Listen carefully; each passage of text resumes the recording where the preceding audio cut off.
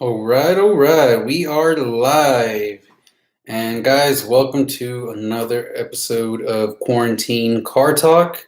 Today's topic is going to be very, very important, and that is because today's topic is something that I get a lot of questions on, and that is, what do I need to tune my car with regard specifically to the 6th gen Camaro?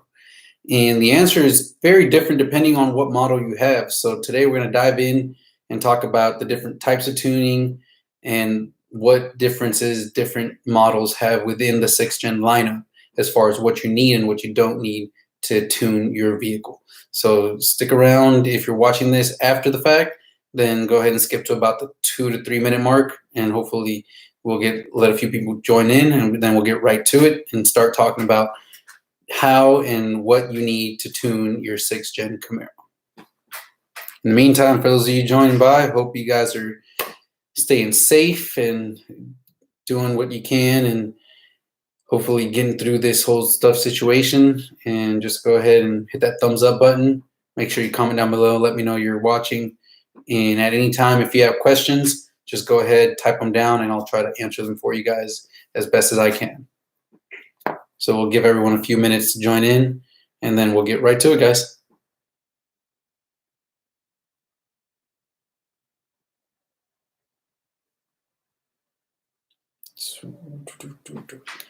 By the way, for those of you guys joining here early, I finally tested everything on my Camaro, and everything went great. So all the solenoids work, everything works the way it should. The controller, all the settings, everything it reads is perfectly on point. The timing box, everything is working 100%. So I'm really excited about that. And now we just got to find some nitrous and some race fuel so that we can go out and test it on the street. But we'll give just a couple more seconds here, and then we'll get right into the topic, guys. How's it going, ZL1? Foreplay in the house. What's going on, man?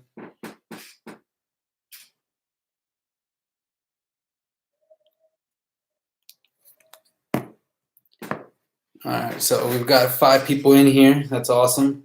I'm just going to go ahead and get started. 5 seems to be the good number that usually tends to be around the whole time. So we'll get right to it, guys.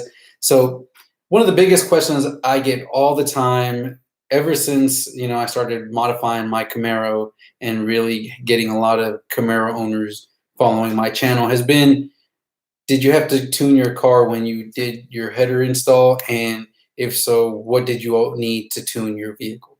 And the answer to that question, what do you need to tune your vehicle, is not as simple as it used to be.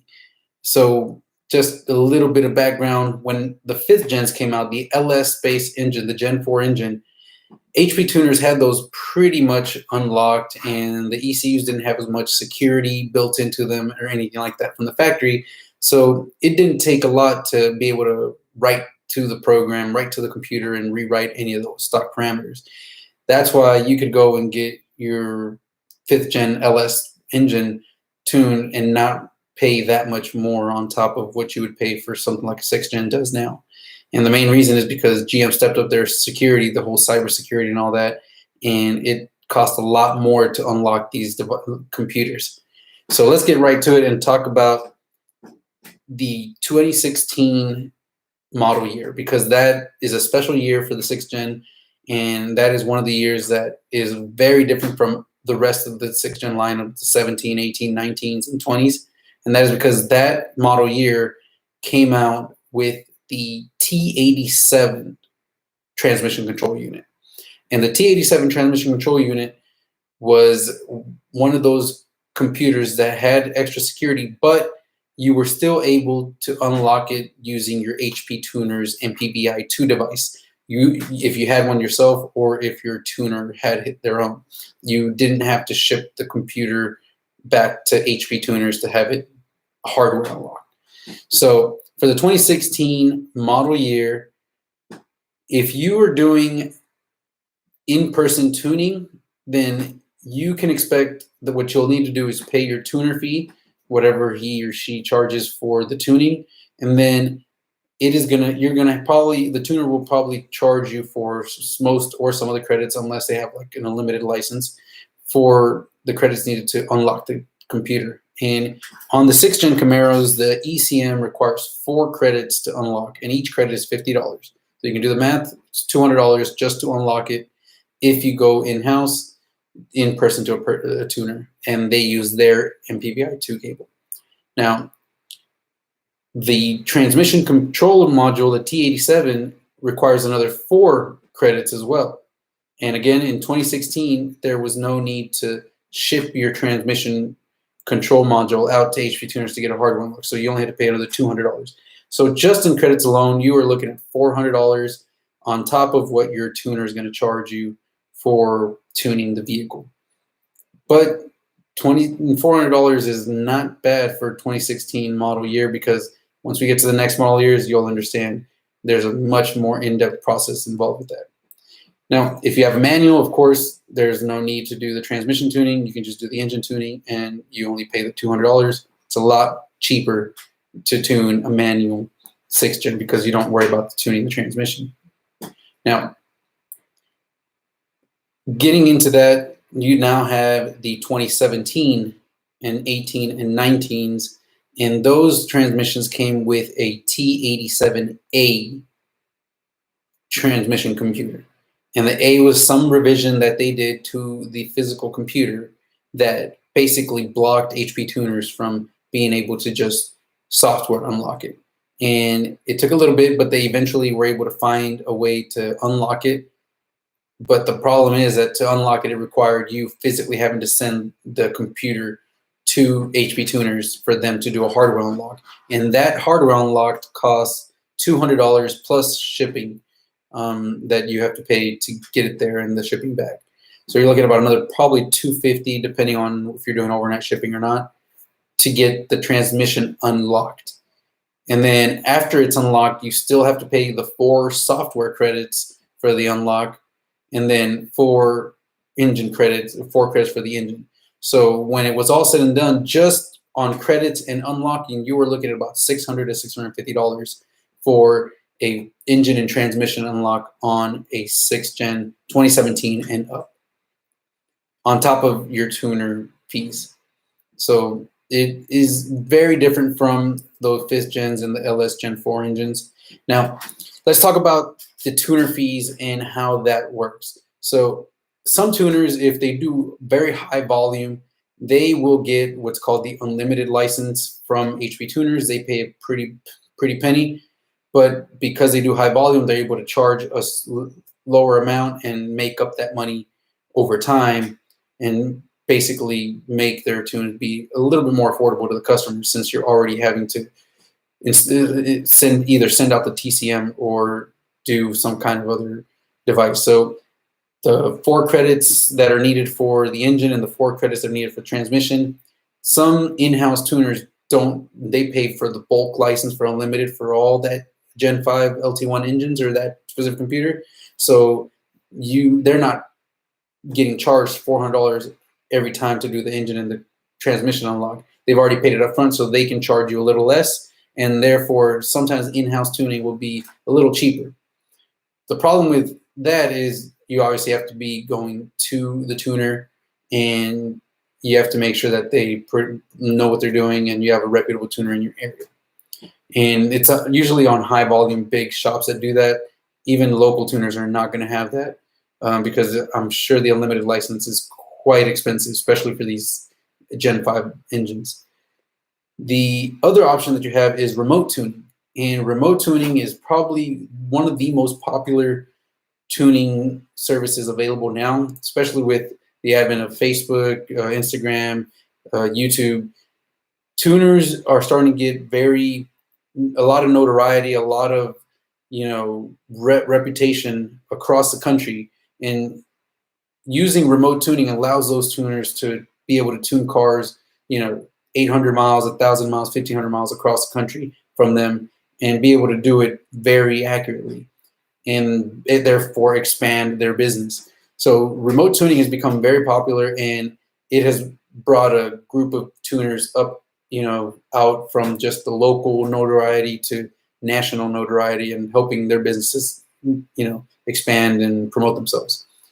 Now, that is what I would personally recommend. Remote tuners are probably the best way to get a very reliable, very reputable tuner to tune your engine, tune your car, and thereby having good tune, good everything dialed in. But it does cost extra. It requires you to do some extra steps. So we've already talked about the 4 credits needed for the engine, the 4 credits for the transmission, plus if you have a 2017 and up, having to ship out your transmission control unit to HP tuners. But if you're doing remote tuning, you're going to have to invest in your own HP tuners MPVI-2 device, which is what is used to load, to read, and to data log your cars using HP tuners. So that device alone costs about $250, and you can buy them sometimes preloaded with credits or without credits, but the base price is $250. But that device has the ability to data log, which in and of itself, even if you do in-house tuning, is by far one of the best advantages if you're trying to make sure that your car is running at tip-top shape at all times, or if you start having some issues with the car, being able to diagnose and find out what the issue is quickly using data logs. So even if you go in-house and don't do remote tuning, definitely recommend spending the $250 to get this HP tuners device to at minimum do data logging. But if you're doing the remote tuning route, it'll let you do the data logging, which a tuner will need to be able to look at the logs and see what the engine is doing and therefore adjust the tune accordingly. And more importantly than that, you will also need the AEM X Series OBD2 wideband. Very important. It has to be that brand to work with the HP tuners to be able to bring in wideband information through your data logs without having to buy the extra Pro set features, which lets you do analog inputs. The AEM X Series OBD2 version basically is a wideband gauge that has an extra output that is an OBD2T pass-through that plugs into your OBD2, and then your HP tuners plugs in after that. So it's sandwiched in between your OBD2 and your HP tuners.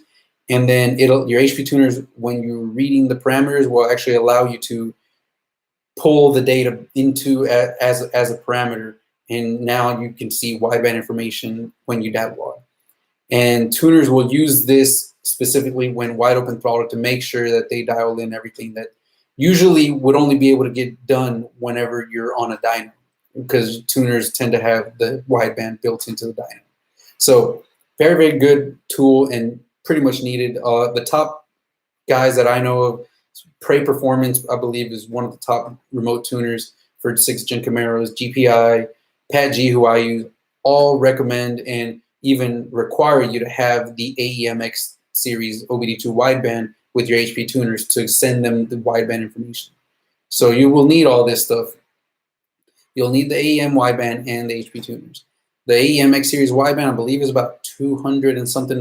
So for remote tuning purposes, you're going to need to spend about $650 on the credits, because you will have to use your own, you'll have to buy the credits and apply the credits to your specific HP tuners device, MPVI-2 device. So that's about $650 if you have a 2017 and up, or $400 if you have a 2016 model, because you don't have to ship it out. And on top of that, $250 for the device and another $250 for the gauge, so about $500. So just in equipment and the credits to be able to read and write to your computer, you're going to spend about between $800, $900 for 2016 to $1,100 for 17 and up. So that's pretty pricey compared to what you could do before. I believe the 5th gen Camaros only required 2 credits for engine and 2 for the transmission. So it was a lot cheaper, and you were able to just, boom, boom, boom. Didn't have to ship it out, didn't have to do any of that stuff. So very, very high price, but very much well recommended, because just like I said, the features you get from the data log alone and the wideband information really help you understand what your car is doing. And when I go to the track, pretty much drive this car with the computer data logging down every run, and that way I can see how the car is behaving all the time. So it's very pricey. So you're $1,100 plus whatever your remote tuner is going to charge you for his services. So yes, it's pretty pricey, guys, but that is the route you have to go. And personally, unless you live nearby some of these high-end profile remote tuners, definitely recommend remote tuning and going that route. One, to be able to get your own ability to data log your car every time. Two, so that you have someone that is very well versed with the platform and understands exactly what's going on and how to tune the vehicles. And three, so that you can be able to read and diagnose your car at all times. So that is pretty much it for tuning, guys. Now, there is a third control module on these cars. Now, you have the ECM, you have the transmission control unit, but you also have what's called the CCM. And I believe pre-2019, the 18 model, 17, and 16 only required 1 credit to unlock this. But mine, as a 2019, required 3 credits. So I don't know if something changed there or what happened there, but it was 3 credits just for that. And that module is actually pretty cool module to unlock just for some of the features that you can get out of it. Now, one of the reasons you might need to unlock it is if you do a full exhaust and get rid of your midsection and ergo basically remove the AFM valves that are somewhere right in the middle of the car. Not the dual mode exhaust valves, but the actual active fuel management valves that are in the exhaust. It's basically a flap with a hole in it. So when your car goes into 4-cylinder mode, they close and basically maintains the back pressure on your engine so that you don't really feel any stutter or any difference while you're driving. Those motors, if you unplug them, basically when you remove it, like I did with my speed engineering setup, which came with the whole midsection, I removed that section that had the flaps and the motors. So I disconnected the motors completely. And those motors, if they're not connected to the car, will throw a check engine light. So the only way to remove that check engine light is actually by unlocking the CCM module and disabling the check engine light code from the CCM module, not the ECU or the transmission control unit. And so if you do remove that, now one way to circumvent that is you can actually, the motors are held onto the valve using, I believe, 3 screws. You can basically remove the motor's assembly itself from the exhaust setup and then just plug them back in and zip tie them off, out of the way. That is something a lot of people do. And basically now you have, whenever it's supposed to be going into 4-cylinder mode, it'll actually close it. But if you're tuned and you got rid of the cylinder deactivation, then they're just going to sit there and never going to close. But the car still will check to see that they are actually there. And that's why you get the check engine light, even though you're remove the DOD cylinder deactivation feature. So you're going to need that if you basically want to remove those motors and not have them hanging zip tied off under the car. The other thing that module does is pretty cool for those of you guys that have the dual mode exhaust. That module houses the programming and the logic for the valves that are in your exhaust. And it basically allows you to adjust and change the way the valves work in the different drive modes. So when you have the car in tour mode, you can actually set it to always have the valves closed at all times, even when you floor it. The stock configuration is when it's in tour mode, the valves are closed unless you go wide open throttle. So, but if you have a car that's got headers, no cats, kind of like mine, sometimes you don't want the valves to open up if you're trying to be quiet and keep it in tour when you floor it. So being able to change that to completely closed at all times is really, really awesome. Definitely lets you make a pull down the highway and not worry about grabbing any unwanted attention from the really, really loud car as the valves open. You can change the way I have mine set up is that way, and then you can do in sport. I've actually left that alone the way the factory has it, which is closed, open. The valves are open under 40 miles an hour, and then closed in the higher RPM range. And then in track, they're just open all the time, whether you're cruising or you're not. And on top of that, one other feature that the car has is the loud rumble start. And what that does is also based on the drive mode that you're in. If you have the car in tour, when you turn it off, right, the way it's set up in factory, it's every mode has the loud rumble start turned on.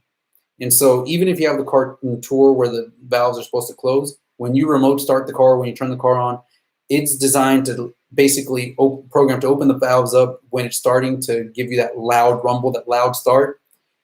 And then obviously a couple seconds later, it'll quiet down and close the valves and be nice and quiet. Well, I wanted mine to be closed no matter what when I started in tour mode. Let's say it's 5 a.m. in the morning and I'm trying to leave to go to work. I didn't want to have to turn the car on and be really loud just for a few seconds and then turn off. So I was able to adjust that in the CCM module settings to stay off in tour mode, but leave them on in the other. So that is the third module, and it's got, if you have an MPP exhaust and you're still using it, definitely recommend at least going that route. But it's not needed if you don't have MPP or you're not using it, because you can still leave the AFM motors plugged in, just zip tied out of the way. All right, guys, so that is pretty much Gen 6 Camaro tuning in a nutshell. Now let me get to some of these questions. ZL1 Play says, my 5th gen is costing me $450 for the tune. Yeah, exactly. It's very inexpensive to go on the older generations, and much different with the 6th gens. Taylor Reiser, good info. Appreciate it, man. Joseph Johnson, how much horsepower gain did you get on your speed engineering headers? When I dynoed the car with the headers, I can't remember if I had also done the E85. I believe I also did E85. So when I dynoed the car, it was with headers and the E85. And I want to say the car put down 440 something or 450, which was about 40 to 50 horsepower gain, right around 40 horsepower gain, give or take. And of course, that was between E85 and the headers. So I would say you're getting about 20 to 25 from the headers and another 20 to 25 from the E85. Lisvia, did you engineer all this yourself?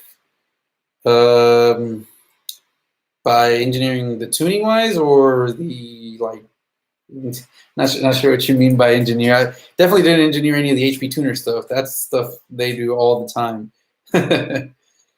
And Joseph Johnson says, what? Joseph Johnson says, I have a 392 Charger, but my friend has a Camaro, super slow, so I need to know the horsepower gains. By super slow, you mean your friend's Camaro or your 392 Charger? Those Chargers run pretty good. I remember when I had my headers in E85, I ran one that was apparently just cat delete only, no tune, and it was running pretty decent. I was able to kind of keep up, so they run pretty well. Lost Smith, sorry I'm late. Hey man, it's all good. Lewis Patton, are these all things you can buy in steps? Like, I wouldn't think you have to cash out on everything at once. So if you're doing the tuning, one thing you definitely want to buy that is going to be required right up front is going to be the MP. If you're doing remote tuning, it is going to be the MPV i2 HP tuners device and the AEM wideband gauge, because most remote tuners won't even want to tune you unless you have those two. So those two things for sure are needed. And then of course, if you're doing the remote tuning, you're going to have to pay at least for the engine. You don't really need to tune the transmission just yet, especially if you're doing small bolt-on stuff. I remember I had my car on a stock transmission tune for about a month, and I was driving around just fine with the engine tune. So you can do the engine tune first, and then a month or two later, go ahead and save up the money to buy the credits and either ship your transmission module out or not, and spend the money on that. So you don't have to tune the transmission and the engine at the same time, but you do need to have at least the gauge and the tuner device at the beginning. Joseph John says you should get a Holley EFI. It's not really. I don't have that much power to be running in Holley EFI. Actually, I mean, the stock computer would be able to handle everything I throw at it, no problem. The way it is right now, it's not even boosted or anything like that. So I wouldn't gain any benefits from using a Holley EFI. Besides, now that I have the Nitrous kit, wanted to use that to control the Nitrous instead of my Nitrous controller. Jay, when you going to take trips down to Mexico to do some roll racing? Man, I need to find some Nitrous and test my Nitrous out first. I want to go ahead and get all that dialed in. I got to do some data logs, make sure that I've got the right fuel and nitrous jet in place, and that my car is running the way it should, pulling back the timing that it needs and all that, making sure all that is dialed in before, you know, I go out and race. Absolute Scorpio Live. I just got my 416 LT1 and put it in this weekend. First started. Damn, that is awesome. That is awesome. I can't wait to hear about that. That's, whew, 416. Bet you that thing's gonna rip. Justin Johnson says the Camaro. Yeah, man, they wake up a lot. Once you do headers and E85, even just doing E85, the Camaros wake up quite a bit. 11.3 at 120 Charger. Yeah, they run very good. You know, the one that I ran, it was on a stock tune, and it was back when I was just bolt-ons and running 11.7s or so, 11.6s. So they run very hard for what they are. Those 6.4s are no slouches. Law Smith, you may have covered this too. Data log, do you need the wideband, or can you just plug into dummies? So you don't need the wideband, but it is very highly recommended. And if you're doing remote tuning, it's basically required. So what the wideband does is it's going to give your tuner the information of what the car is doing, what the air and fuel ratio is when you're wide open throttle and you're in open loop fueling. So the open loop fueling is basically the tables they set up to adjust how much fuel they're going to throw in compared to based on the air that's coming in. And there's no way for them to really dial that in without a wideband, because when you have just normal cruising, you're in closed loop fueling, and that's basically when the narrow bands are doing their thing, and that's when the short-term fuel trims are either adding or removing fuel.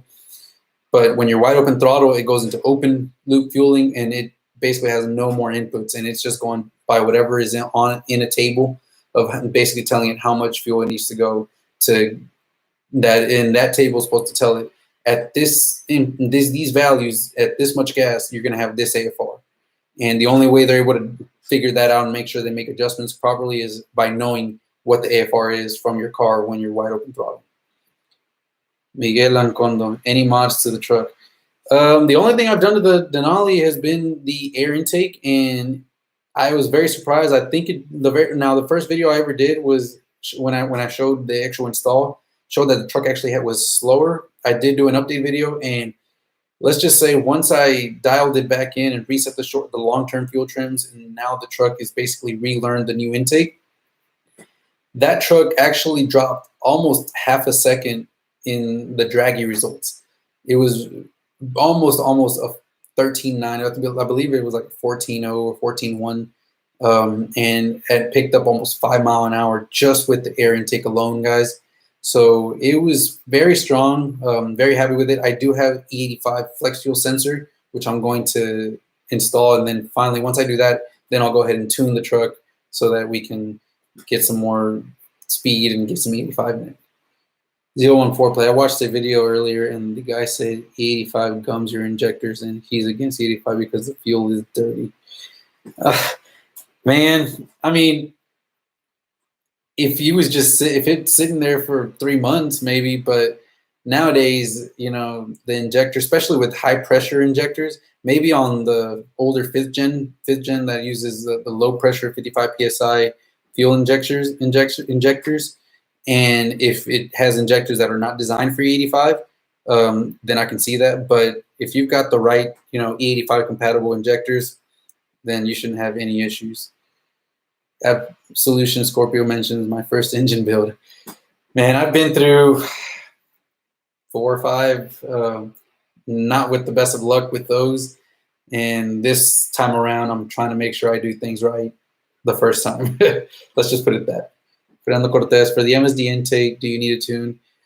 I don't think you need a tune, but you're going to see the best gains out of the tune. You should be able to run it just fine. You might run a little bit leaner, which will give you a little bit of power, and you might throw a code, but I'm pretty sure you can drive the car for a while without a tune. Similar to with long tube headers, you can drive the car without a tune. You're going to have a check engine light, but it'll run fine. The only issue is you're not going to get the maximum out of the car, or the max performance without a tune.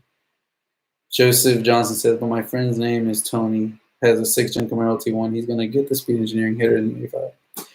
Awesome, awesome. Yeah, with speed engineering headers, some E85, and then a good drag pack, that thing will run. I can easily see him, you know, trapping and running similar. I don't know if he'll be able to run an 11.3, but he'll be able to trap 120, 121 easily with that. That Mopar V6. Hey, bro, I'm a senior. Well, it was. Man, I hear you. My graduate present is going to be a car, and I'm debating on either getting a Camaro SS or a Mustang GT. What would you go with? I know it sounds stupid since you have the Camaro. Oh, man. Whew. Okay. Well, they're both really good cars. I think the Camaro has a lot more buildability. You can do more mods to it, but the Mustang can go faster, quicker, with less mods.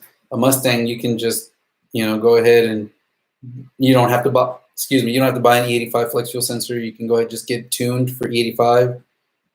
Buy some cat delete pipes and test pipes. Keep your stock headers, and the car is going to run really, really good.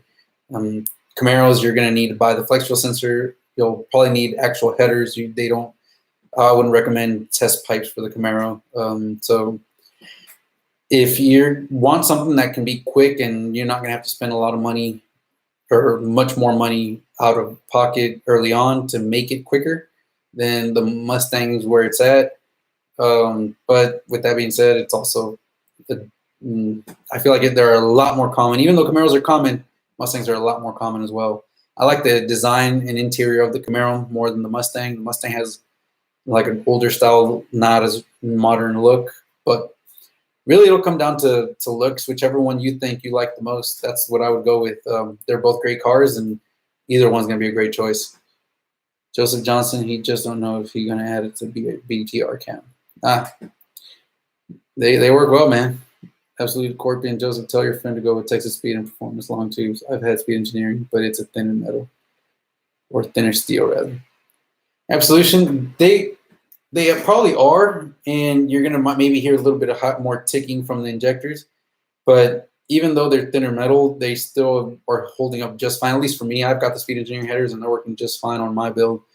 They've been there for a year and still look just as good as they were when I first installed them. So I guess it just depends on, you know, preference and stuff. But speed engineering headers, Texas Speed, I've heard, is pretty good as well. I mean, they're not expensive either. They're a little bit more pricier, but nothing compared to like the Cooks or American Racing or Stainless Works $2,000 price tag. Joseph Johnson or Custom Cam would be best for his car. There's really a lot of people that can get you a good you know, cam spec. Prey has some really good cams. I've got a cam spec'd out by Pat G. Texas Speed has some good ones. BTR has good ones. Dang, so were you running boost or anything like that? Absolute. I could see it maybe with some boost or something. And that might work. That might cause some issues. Hongzi Zhang. Hey, what's up? I finally catch up this time. Hey, yeah, man, good to see you. Yeah, but if I do end up going Camaro, I'm going to end up going with 26, 2018, so I really don't like the new design for it. Is there a big difference from the 8-speed and 10-speed? Currently, once you can get the 8-speed tuned, they tend to be a little better than the 10-speeds, to be honest, at least performance-wise. But with the 8-speeds not tuned, they aren't the best. They definitely need a tune for them to really kind of wake up and be much more smoother. The 10-speed, on the other hand, though, stock is beautiful. Siphon Mustang, Camaro Challenger, can't go wrong with any. Yep. Texas Speed has great custom cams. Yep. Man, that's crazy. My speed engineering headers have been handling great and work. I haven't had any issues yet. You know, knock on wood. And I'm actually thinking of. I've got the 1 7/8, and I plan on maybe going to the 2-inch headers down the line in a few months just to get a little bit more power out of the car. Lewis Patton, when you have the 85 tune with the 85 sensor, do you have to only have 85 in your tank or regular fuel? You can't mix it, right? Oh, Lewis Patton, that is the beauty about the 85 flex fuel sensor. on GM cars, Corvettes, Camaros, SSs. Because you're using the sensor is reading the ethanol content on the fuel every millisecond or every second or whatever, very, very quickly. So the car actually changes and adjusts the tune based on how much ethanol percentage is in the fuel. So the car has some tables in HP tuners that will have some multipliers depending on how much E85 content. So if you have up to 75% E85 in it, then it'll give it a multiplier of 1.0. So whenever you go through the table, there's a table that basically tells the computer, when I have ethanol content, I want to add 5 degrees of timing to every point.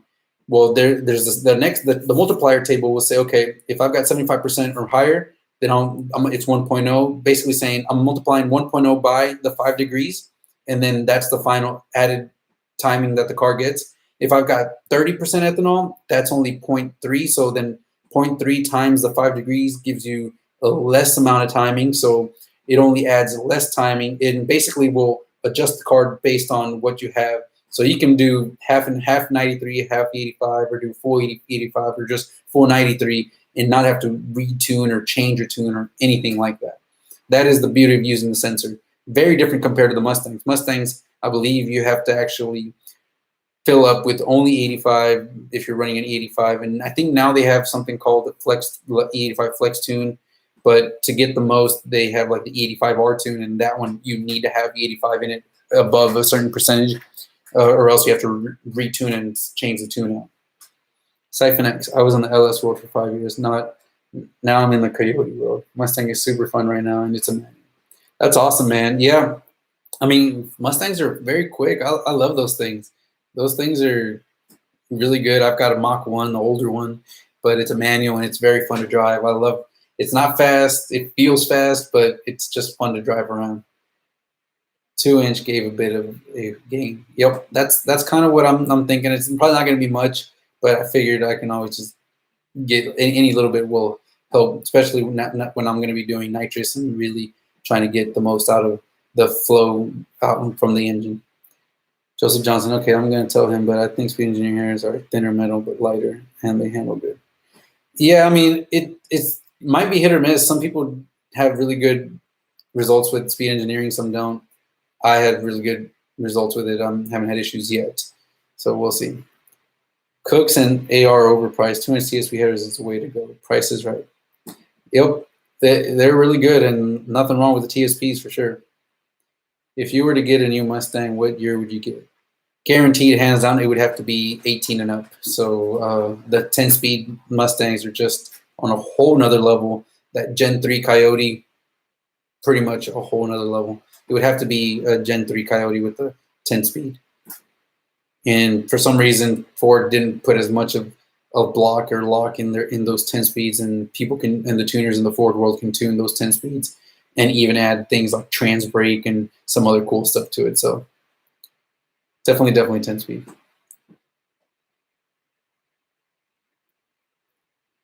All right. Really awesome discussion. Gen 3 Coyotes have been having a lot of problems, haven't they? I mean, you get some people saying that they got ticks, some people don't. I mean, I think that even the ones that have a tick still are running and working perfectly fine.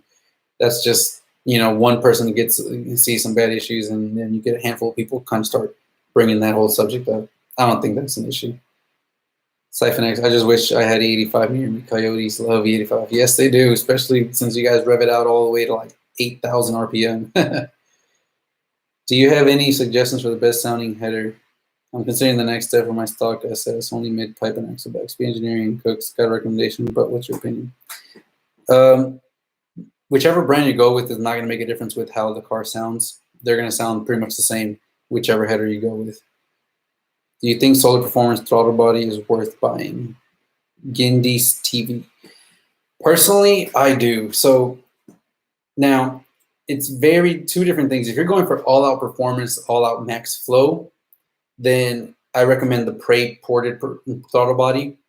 It's going to get the higher flow numbers by a little bit, but it's going to perform at wide open throttle better than the Solar is. Where the Solar really shines, guys, is in that part throttle response, that like first 25 to 40%. That is that little extra pep. It's so much better just with the Solar performance and the way that they design their throttle bodies. And on top of that, whenever you port the 95 millimeter, the way they port the middle bar section basically reduces the middle surface area and makes it a 100 millimeter throttle body. So definitely recommend them. They're not going to give you the all-out wide open max throttle performance, but they're going to be so much better in the part throttle, and they're not that far off from the max throttle, max performance when they're working properly. And if you get a 95 millimeter or even their LT1 and you have an MSD intake, they sell these pretty awesome adapters for that basically fit like a glove on the MSD intake and makes sure that there is pretty much using up every bit of opening on that whenever you have a smaller 95 millimeter throttle body, or even your 91 millimeter stock throttle body, I believe. It basically funnels it all out to make sure you take advantage of the whole opening. Absolution. Gen 3 is actually a true 5.0, while Gen 2 and Gen 3 are 4.9. I didn't know that. That's awesome. That's good to hear. Heck yeah, thanks for the info, man. I have a 2019 S2SS 810, so I'm taking any of pocket. Hey, if you guys ever have any questions, follow me on Instagram and go ahead and send me some DMs. I'm always responding back on there, and I'm usually posting stuff there way before I post the video. So check it out. It should be in my description, and you can always ask me questions there. Got to put my skid plate back on. Having fun, man. I was just working on my car all day today. Mopar V6, bro. You should do these car talks more often. I'm learning so much more just listening to these combos. Hey, I'm actually doing. I've been doing these every day for the last 2 weeks now. I'm trying to do it every day, and so tomorrow I'll come up with another topic and we can start talking about something else tomorrow. But I'm trying to do these every day at 9. So I have these going every day at 9, at least right now during this quarantine period where, everyone's stuck at home, and hopefully all you guys are staying safe and, aren't being as affected by the current situation we're in. But I figured talking about stuff like this helps spread some knowledge and also get our minds off of everything that's going on right now. So I figured I'd start these, and I started doing them every day, and I've been doing them every day for the last 2 weeks. Lawsmith, I agree. Gerald Stone, what's the best catch can brand? Well, best catch can brand is going to depend on your setup. If you're staying NA, then don't buy the hype on very high expensive catch cans. You don't really need them. You can go with any catch can brand, eBay catch can brand. Some are going to be more plug and play than others and look nicer than others, have nice brackets and everything. But if you're staying in A, definitely a catch can is, you don't need to spend high top dollar on a catch can.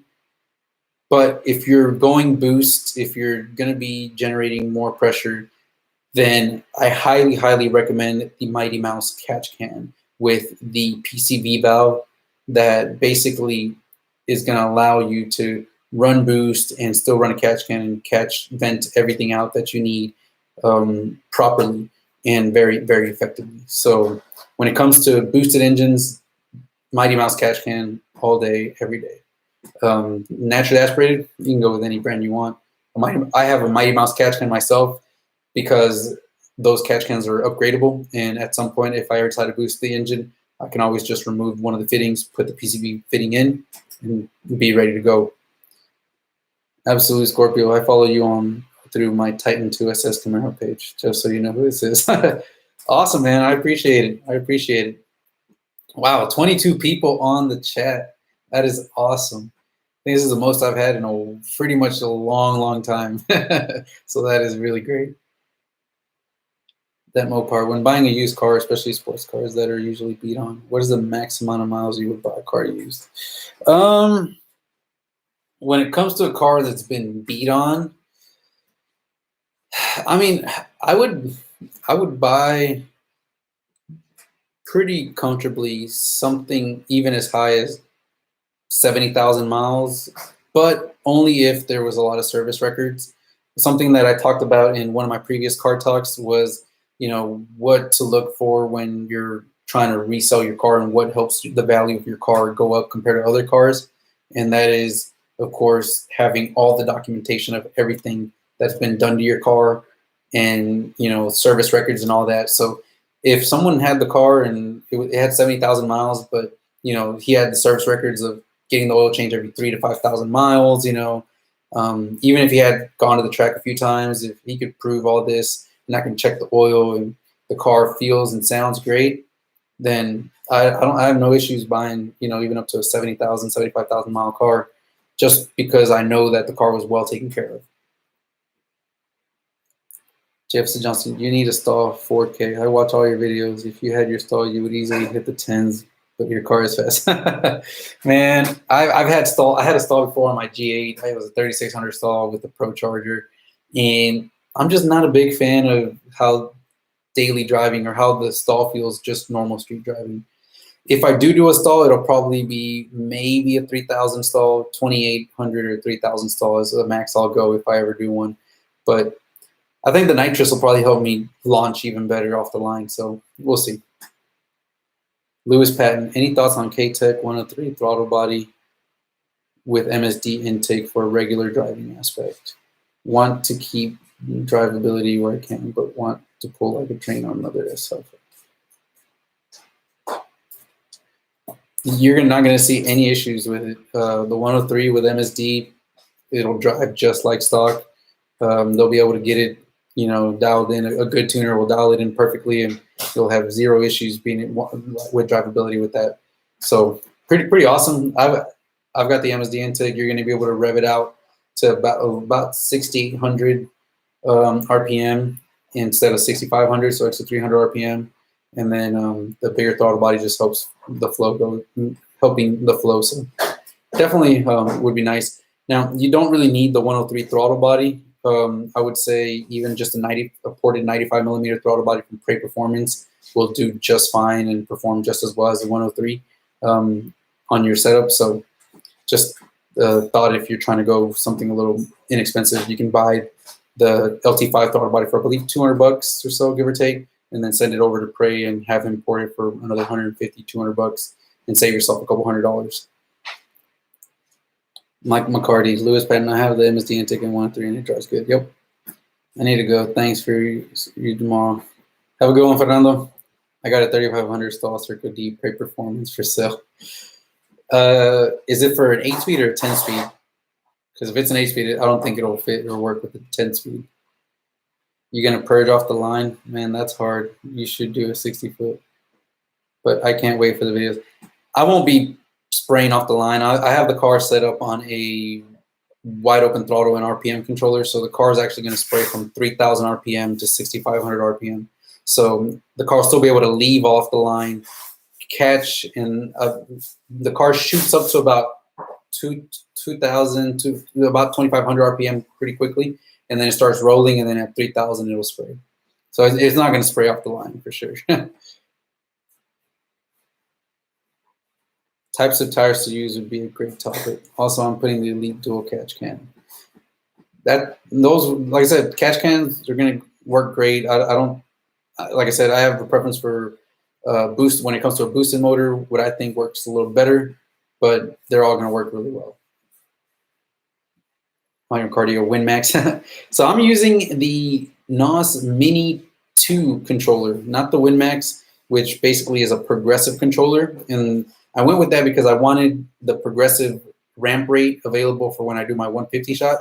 I want to be able to kind of bring that shot in slowly, not hit it with the 150 right off the line. 100 or less, you can spray that and get it to hit instantly, and you won't see any issues. So you're good to go. George Brown, gotta go, bro. Have a good one. Likewise, you have a great one. So yeah, that's a good idea. We can definitely talk about tires and what kind of tires work well with others. Yeah, we can definitely talk about that. How about like drag racing prep? Like what kind of things would you need to be able to drag race and do well at the drag strip? That could be a good topic. That's gonna be sick. Nice talking to you, brother. I got to find out next what I'm gonna do with the charger. Nice talking to you too, man. You have a good one. I messaged you about it on Facebook. Okay, I'll check on Facebook right now, and we can definitely talk offline about it. Anyways, guys, we got about another 10 minutes or so if you guys have any more questions. If not, I'm going to cut this at about an hour, so we'll just leave it about the next more 10 minutes for some few more questions. Did you ever think about going direct port instead of a plate? Yes, I did. I actually really did. I thought mainly because the direct port looks really cool, just having all the lines and everything just dialed in like that. I think that looks insane. That looks really cool, but they're very expensive. I think an MSD with a direct port plumbing already built in with the nitrous lines and everything, you're looking at almost $3,500 or so with the intake and the nitrous fittings. So you're looking at probably $2,000 just in nitrous parts and plumbing and work to get the direct port. And the issue with the direct port is that the smallest shot you can really spray on a direct port is 100 shot, or effectively 100 shot, because you're injecting to every cylinder directly. So the smallest shot you can spray on a direct port system is a 100 shot, and I wanted to be able to work my way from a 50 to 100 to a 150. So and because I was only doing up to a 150 and maybe a 200 if I ever build an engine or something like that, direct port was just way too much overkill for what we were trying to do.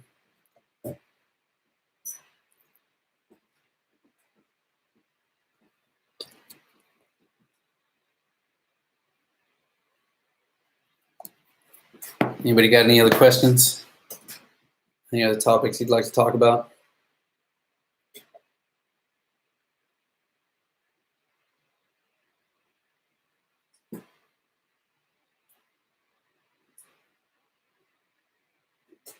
Have you gapped the rings, or are you stock internals at 150?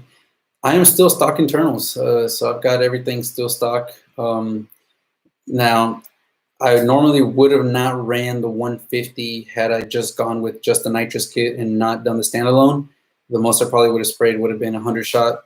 But because I have the standalone and I can put race fuel in there, some C16, I'll be able to just throw the C16 in there, still pull back, this almost 8 degrees. I believe it's whatever, 2 degrees for every 50, so, or 2 degrees for every 25. I forget what the actual degrees is, but I'll be able to pull back 6 to 8 degrees of timing and make sure that, the car is not pre-detonating and saving itself.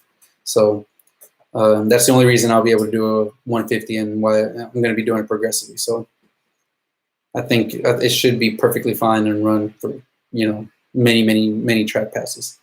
Blues Pen, thanks, and thanks as well to Mike Cardi. Got me ready to drop some money already. It's addicting. It's addicting. It's almost time for your ZL1 spoiler giveaway. Yes, it is. Got one more week left on the ZL1 spoiler giveaway. So the deadline is going to be my birthday, April 17th. So that weekend, I'll definitely make a video and kind of go through, I'll probably do a live video to give away who the winner is and get that out to you guys, whoever the winner is.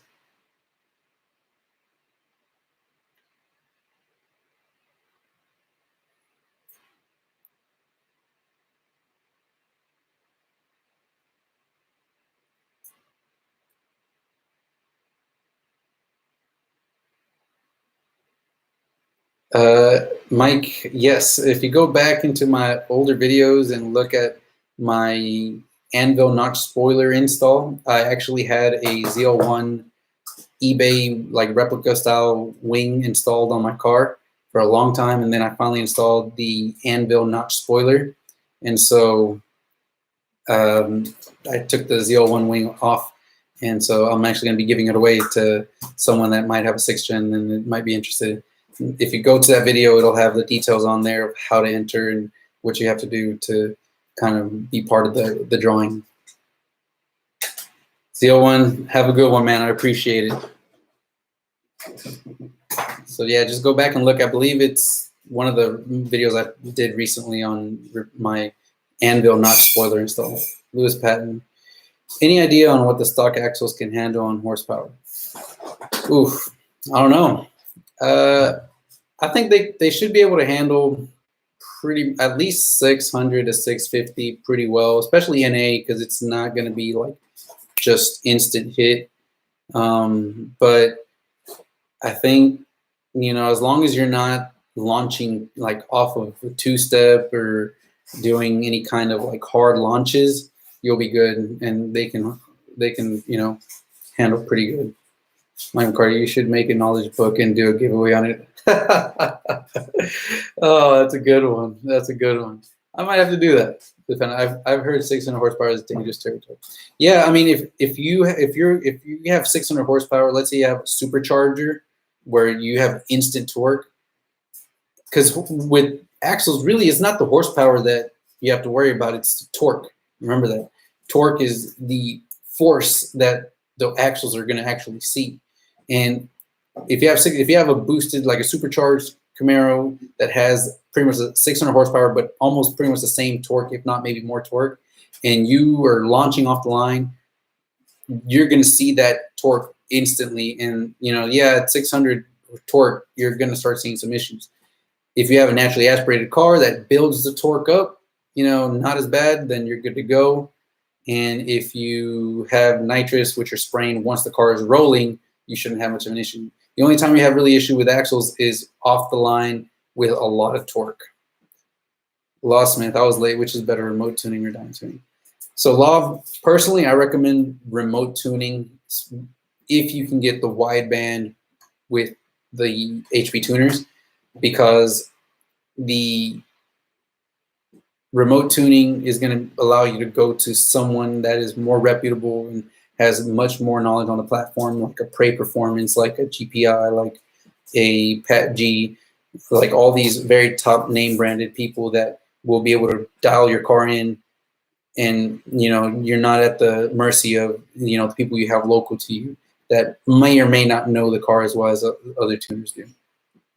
Lewis fans, I will grab that knowledge book with the quickness. That's something I might have to do that once I'm done with this Camaro. Once we're working on it and we've kind of done what we want to do with it, I'll go back and do a kind of step-by-step how to build a certain whatever horsepower Camaro and how I did it, and kind of give everybody the step-by-step. Anyways, guys, we're #Prey Armies, the only real soldiers. Yeah, Prey Performance has some really good tunes. They do really well. If I didn't already have the very good relationship I have with my tuner, Pat G, then I probably would have gone to Prey Performance and gotten my remote tuning done from him.